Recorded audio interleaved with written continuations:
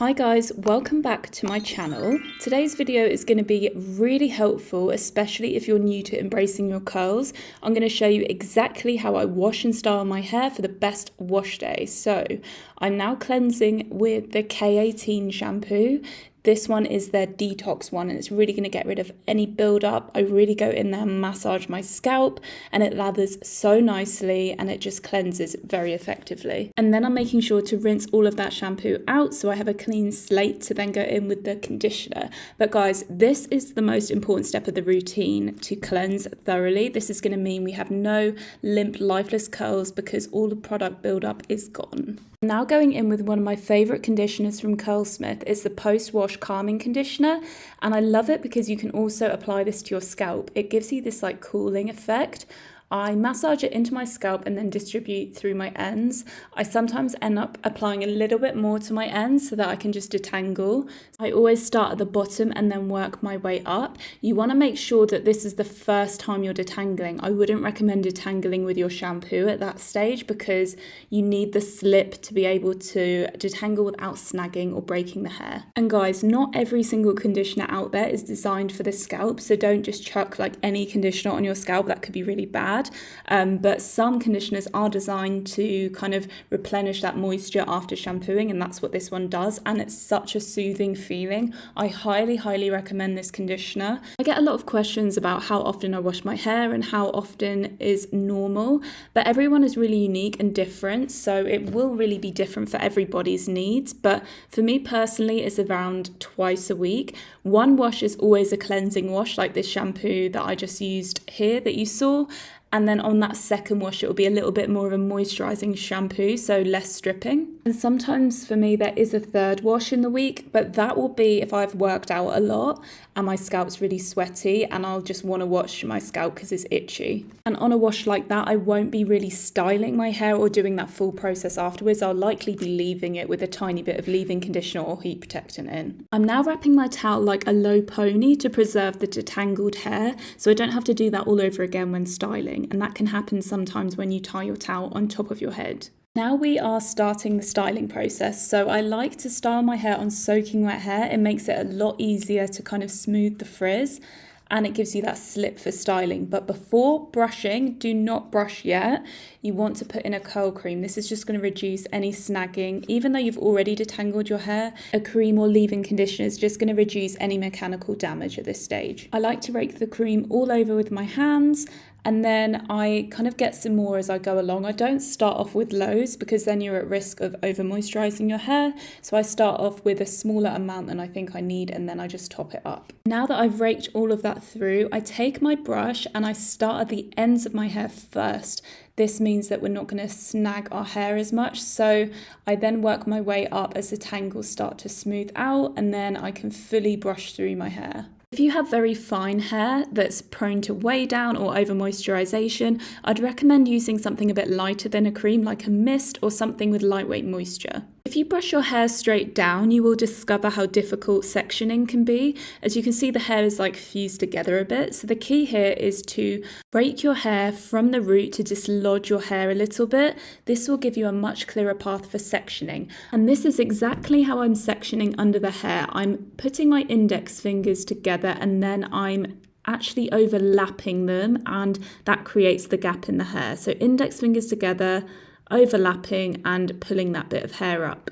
The amount of sections you need depends on the amount of hair you have, but the more you have, the more precise that you can be with the brush clumping. And what is brush clumping, you ask, and why bother? Well, so it's essentially what I'm doing here. It's smoothing the brush and allowing you to create these sort of ribbon curls. What it does is smooth the frizz, and with an adequate amount of cream and water, it means that you can sort of help clump the curl families together in their groups, and it really reduces frizz and massively helps with definition. But what you may find is when you take two bigger sections of hair to clump all at once, you can accidentally create bigger curl families than what your natural curl width is.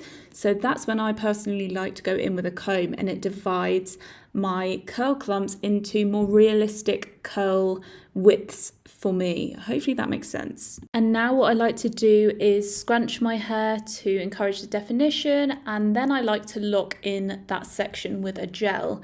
You don't have to gel your hair per section, but I honestly find it helps a lot with frizz and general longevity for keeping this for as long as possible. The one I'm using here is the Curlsmith Curl Defining Souffle, and it's one of my favorites. It gives me such juicy ringlets. And after scrunching that in, I go into the top section, and I decided to then divide this in two just because it was too thick to do all at once. But as I mentioned earlier, this all depends on how much hair you have. So what I'm doing is brush clumping that front section, and this is basically the flip section method that I came up with that I'm doing now just on these two front sections. And it's basically just styling your hair over your face. It gives you a lot more visibility on what you're doing and a lot of volume. So I brush clumped it and then I combed it through. Now I'm taking that last middle section and I'm doing it in two, just using that little clip on the side, and I'm brush clumping it over that section near my face. And don't worry, I'm going to show you exactly how we get upright again without getting our curls stuck. I know that's a big problem for people. But instead of combing that section, I just shook the root because I didn't want to disrupt that other layer. Then I scrunched the final bit of gel, and this is how we're getting our hair up again. Take your hands and glide them into your roots near to your scalp. Shake a little and then flip up, keeping your hands in place. Once you're upright, gently remove them and you'll notice that your curls are much less stuck. Give it a little shake if needed, and you'll find that your hair has fallen nicely. What the hands have done is kind of lodged in the gaps there to stop the curls being able to get messed up as you're flipping upright again. Now I like to take the microfiber towel and gently microplop my hair. And it's basically what you see on the side here, gently scrunching it side to side. What this does is remove any excess water weight after you've styled your hair, and it actually really reduces the diffusing time. Now it's time to start diffusing. I sometimes like to put a silk or satin scarf around my neck. It really reduces the frizz and bottom section of the hair getting matted and dry. So I highly suggest that, especially for air drying, which I'm going to do in a minute because I ended up getting fed up.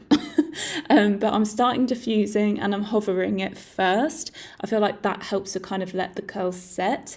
And then what I like to do is cup my ends with my hands. And I feel like this really helps get a more rounded finish on the end of the curl rather than a wonky curl.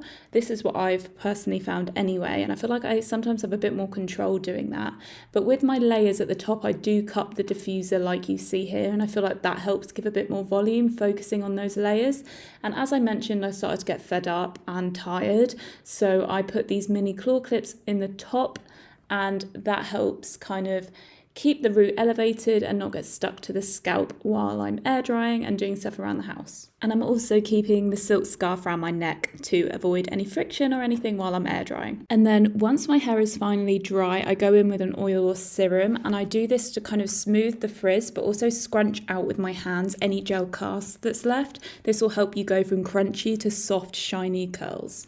And here are my results. I absolutely loved this routine. My curls came out so juicy and defined and with so much volume as well. I know what you're thinking. You've spent all that time on your curls and you want them to last. So I'm going to show you exactly how I get them to last the night. I take a big silk or satin scrunchie and I take the back section only of my curls. And with these mini claw clips, I take any remaining hanging hair from the scrunchie and in the front section, and I bend and kind of pinch into the scrunchie. For a more in-depth tutorial on this, please click the video here on the right, where you can also see the morning results of this type of curl preservation. Thank you so much for watching. If you found the video helpful, please like it and subscribe to my channel. I would love to have you.